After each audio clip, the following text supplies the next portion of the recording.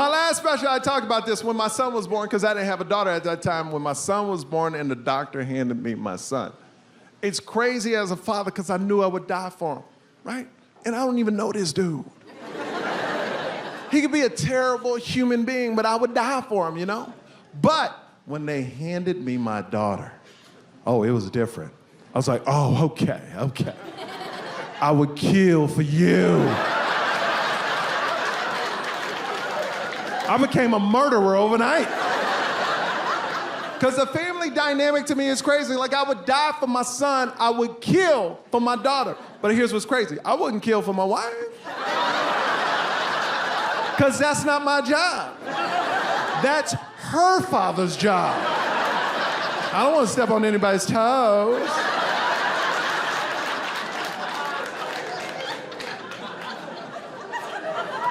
Because I love both of my kids the same. But the love is in different directions. My son, I want him to be able to take care of himself, be strong. But I know for the rest of my life, I'm going to protect my daughter. 100%. And what's the biggest threat to women? Look at that. Men. So now I hate all men. I became a lesbian activist overnight. / murderer. I'm Ellen DeGeneres with a gun. Because every man's a threat to my daughter. Every single man eventually will be a threat to my daughter. I hate my son. Sometimes I hate my son. Why? Because he's a threat to my daughter. We all have baby cams and watching my kids play. My daughter's playing with her little toy. My son walks over and grabs the toy from her. I get so angry, but then my daughter grabs it back and I'm like, yeah, that's my baby girl. Right? Don't take no man's crap. But then my son looks around to see if anybody's watching. Starts backing up where she is, and he hits her with his butt. And she falls to the ground and starts crying. I get so angry inside. I'm so mad, I wanna fuck this little dude up, right? But I can't, he's only 5 and it's not a fair fight. It's not a fair fight. All I can do is scream and like, hey, you better stop that. And he runs off. But my daughter could hit my son with a brick in the face. I'd be like, hey girl, good job, good job. Because a daughter makes you a better man, 100%, 100%. It makes you more empathetic, you care about people, you get sensitive. I cry all the time now. All the time. I don't even know why. My wife looks at me in disgust I cry so much.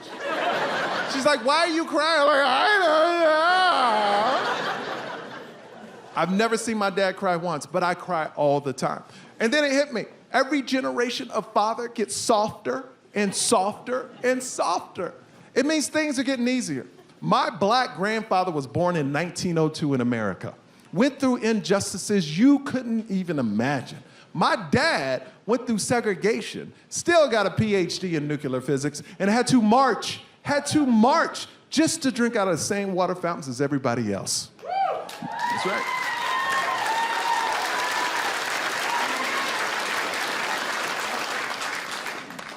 Me? I would never drink out of a fountain. That shit's disgusting.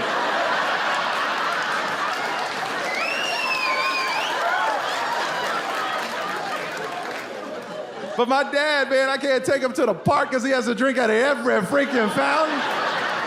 I'm like, you fought for this? He's like, I deserve this, son, I deserve it.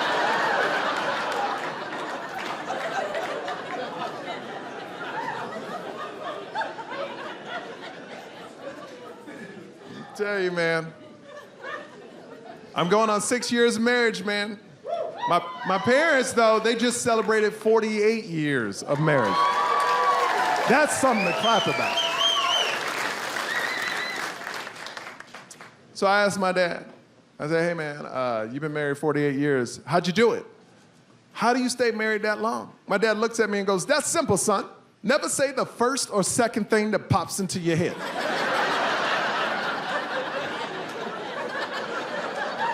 You always say the third. I go, what's that mean? He goes, well, the first thing, you will get a divorce. The second thing, you on the couch. But the third thing, happily ever after. I'm 6 years in, I don't get it. Till about a month ago, me and my wife are driving to Vegas. She packs a cooler of food for our 2-year-old daughter. We get to Vegas. My wife opens up the cooler and goes, oh my God, the food all melted. I look in the cooler and notice she didn't put any ice in it.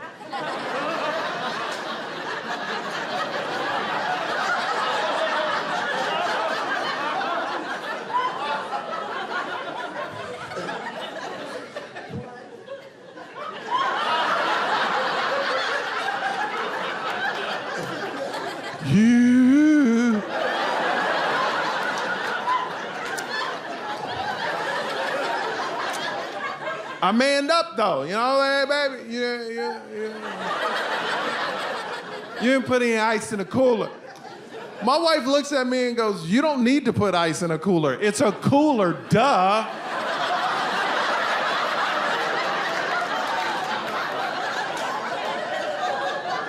Now the first thing I thought was, that's the dumbest shit I ever heard in my life. But I didn't say the first thing, I didn't say the second thing, I said the third thing. I said, baby, I can't believe this cooler.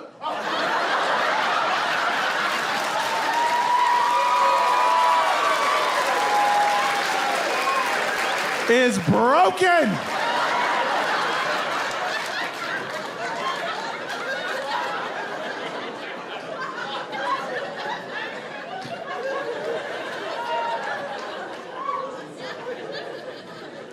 So, I kind of got off course. I was supposed to tell you why my parents never told me they loved me. So when I finally get well, it took me 8 months, 9 months to get well, right? So I went to my mom and dad and go, why didn't you tell me you love me? And I went to my mom first. She goes, well, I'm Korean, so I do not say what is known. I speak by action. Then I look at my dad, and he's stubborn and black, and he goes, well, if your mama ain't saying the shit, I ain't saying the shit either.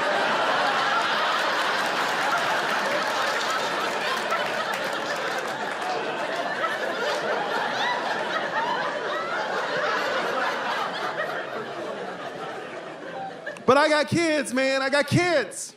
I tell them I love them every single day, multiple times a day. That's right.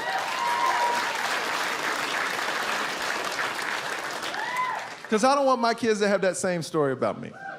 But my parents are now grandparents, and they're both over 70. You think they changed it for my kids? No. No. I'm talking to my son the other day. He's 5. Remember, he's only 5. I'm like, hey, buddy, you're the best. You are the best. My mom walks by and goes, how you know he the best?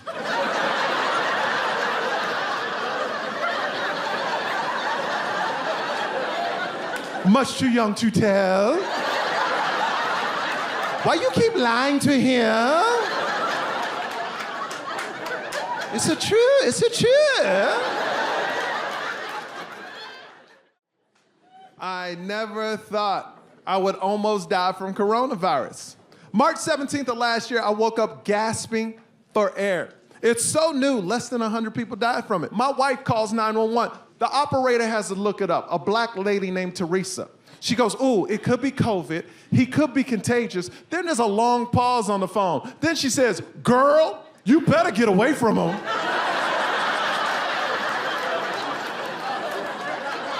My wife goes, what I do? She says, put him in the front yard. I'm like I'm trash? My wife looks at me and goes, you got to go. But I'm a man, I'm like, hell no, I'm staying in my house. I ain't going no front yard. So now I'm sitting in the front yard. Gasping for air. The ambulance comes, they put oxygen on me. They say goodbye to your family. Now, I can't touch my family because I got COVID, right? So my wife is at the front door with my son, and a window separates us. They're crying, I'm crying, so I walk up to the window and put my hand on it where my son is, gasping for air. My 3-year-old son puts his hand on top of my hand, looks at me and goes,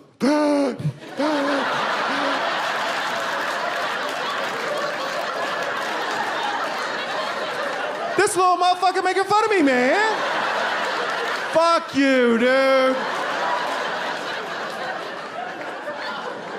But the comedian in me was like, his timing's incredible.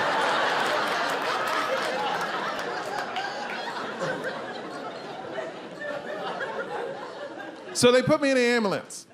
Now, if you've never been in an ambulance, it's a scary ride. You don't know what's gonna happen on the other side, right? And they put your neck in a brace, so all you can do is look up.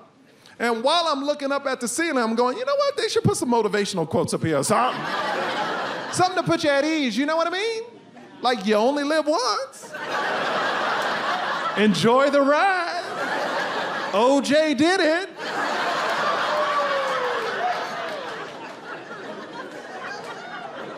So I get to the hospital. Lots of doctors and nurses waiting on me, and this is when I found out something interesting. The guy that rolled me out of the ambulance was like, you're our first COVID patient. Good luck. So they send me into a room. They take every blood test, every x-ray they could, right? Then they leave the room.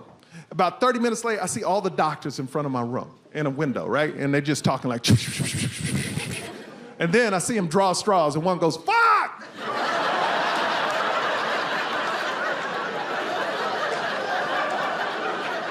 And that dude walks in. He's scared. He told me less than 100 people died from COVID. So it was new, and he was like nervous, and he goes, well, here's what's happening. Your lungs are filling up with fluid, and you have double pneumonia and corona. So I look at the doctor and go, what's that mean? He goes, well, it's gonna go really good, or really bad. And we'll know in about 2 days. And then it started to sink in. I go, whoa, whoa, whoa, this is serious. I'm gonna make it, right? He looks me straight in the eye and goes, we'll try our best. Yo. You always want people to try their best, right? But you never want someone to tell you they're trying their best. You ever drop your car off to a mechanic, pick it up, and you're like, hey man, did you fix my brakes? And the dude's like, yeah, you know what, we tried our best.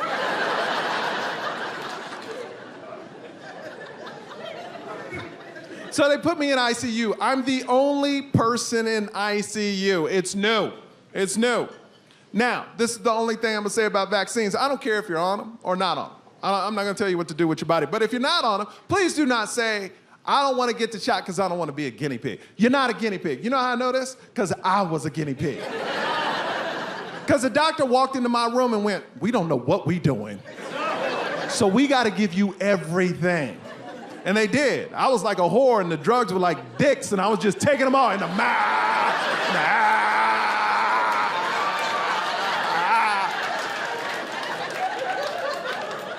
I got gangbanged by experimental drugs. The first one they gave me, hydroxychloroquine. I had an allergic reaction to it. My temperature shot up to 104.8, almost died that night. But this is the last thing you ever want to hear your doctor say as he leaves the room. He saved my life, he's leaving the room, he looks back at me and goes, man, we learned something new today.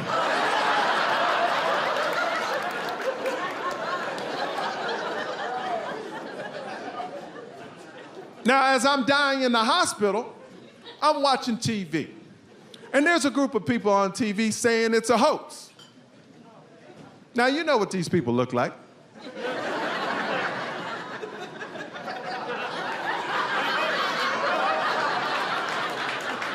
I don't have to describe them to you. If a Cracker Barrel exploded and landed on a Walmart and drove off in an F-150,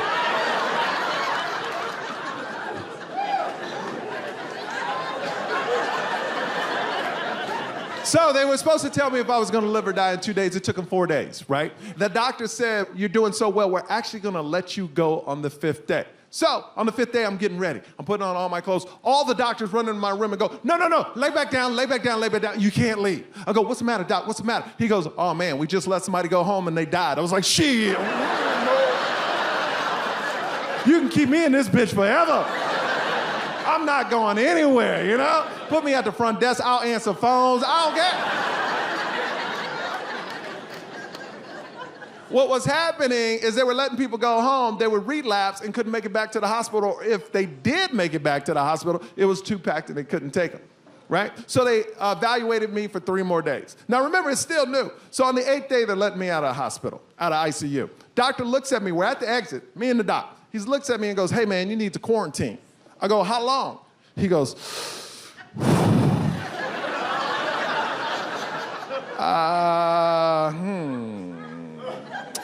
22 days? Cool. I'm at home for 22 days quarantine. Let me tell you what my beautiful wife is going through. She's alone. We have a 3-year-old son and a 2-month-old daughter. So for 22 days, I'm hearing my kids yell, scream. My son's asking where daddy is. My wife is losing her mind. I'm getting breakfast, lunch, and dinner delivered to my room.